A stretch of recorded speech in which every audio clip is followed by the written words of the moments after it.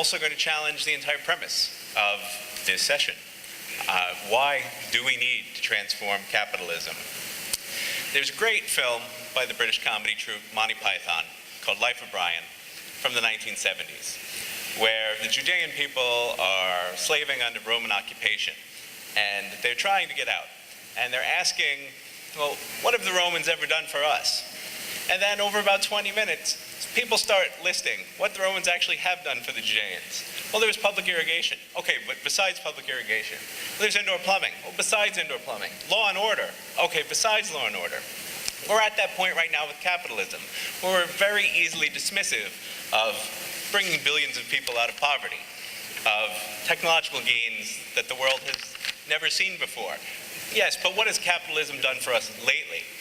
So my talk today is really going to address that point and address three things that have been said today and show how we don't need a new economic system. We actually need more capitalism.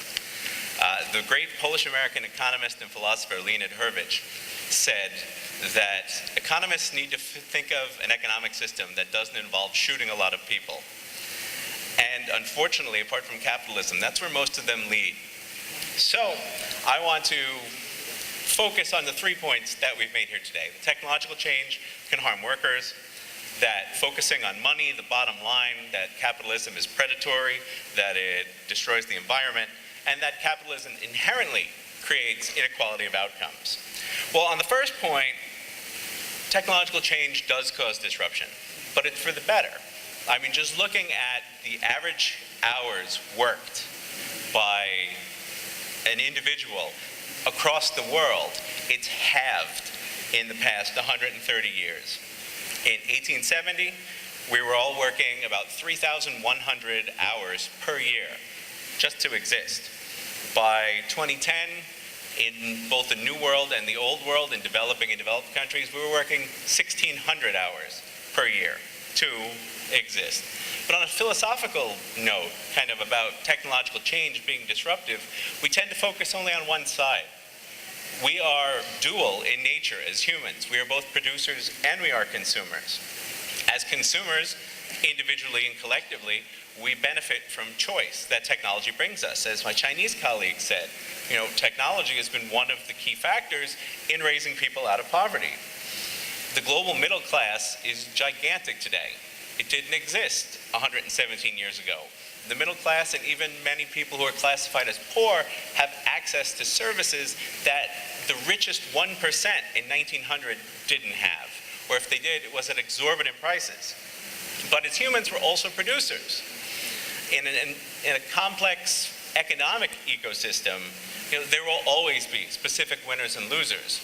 But this is a very static analysis. We adapt. It's something that we have to do as humans. We adapt at the individual level, and we adapt faster if we're allowed to, if their barriers aren't there. Someone from the Foundation for Economic Education, John Tamney, said this probably most brilliantly about technological change. He said, our grandparents didn't want us to work in factories. In the United States, we bemoan the loss of manufacturing jobs. But our grandparents wanted a better life for us, as we want a better life for our grandkids.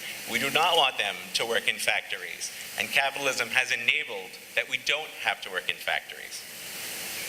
This takes us to environmental sustainability, something which I know a lot about because I've done a lot of econometric and research work into it. Capitalism, and in particular, strong property rights, encourages conservation. We get the right price signals. It's the Coase theorem going back to 1960. My own research has shown that economic freedom, openness, even civil society correlates with better public health and environmental outcomes across the board. Capitalism enables us to do more, but with less. When we're looking at materials use intensity, how much steel we're using per unit of GDP, how much electricity it takes to create one more unit of GDP, across the board, on average, economically freer countries, countries with more capitalism, are cleaner. There's no need to look into the distant past or into distant countries to see this. Look at the RLC. The Soviet Union had entire control over the economy and resulted in an environmental and economic disaster. In terms of health and human welfare, Well, we're all still dying. The death ratio holds firm at 100%. We're all going to die. But we're dying of affluent causes rather than influenza. We're not dying of tuberculosis. In the United States, looking at the kind of causes of mortality between 1900 and 2010, we have heart disease because of a sedentary lifestyle.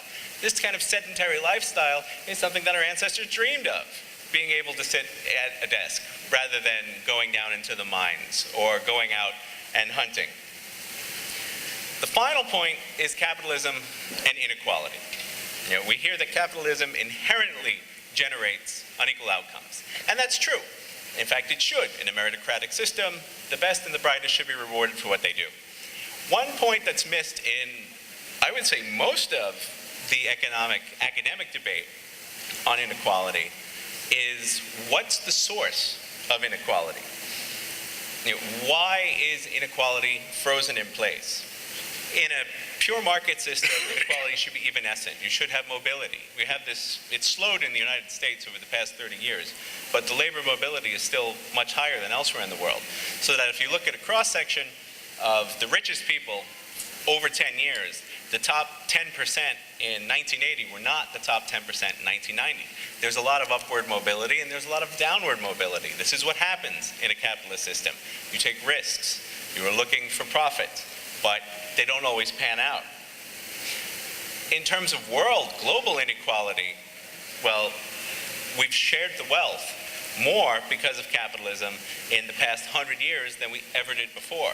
I had some nice pictures that I can show you later about kind of the world distribution of income and how it's widened over the past century. Also in places like the UK, how income inequality has plummeted over the past 150 years due to the Industrial Revolution. So to come back to the point that I made about, you know, where does the inequality come from? Econometric evidence shows that countries that have less capitalism, have less economic freedom, have more inequality. Why?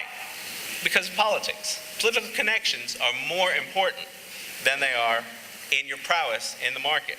Even small amounts of capitalism, the removal of small barriers to entrepreneurship, the removal of small barriers to starting a business, unleash productive forces. You never say that about socialism or a hybridized economy. You never say small bits of socialism enable society to reach its goals much easier. So the only way, in my mind, to address these ideas of inclusiveness and sustainability is to embrace a more capitalist system. In reality, capitalism remains the only effective and the only moral solution in a world that's awash with populist solutions. As Tatiana hinted at the beginning, maybe it's not that capitalism isn't living up to us. Maybe we're not living up to capitalism. Maybe it doesn't need to transform.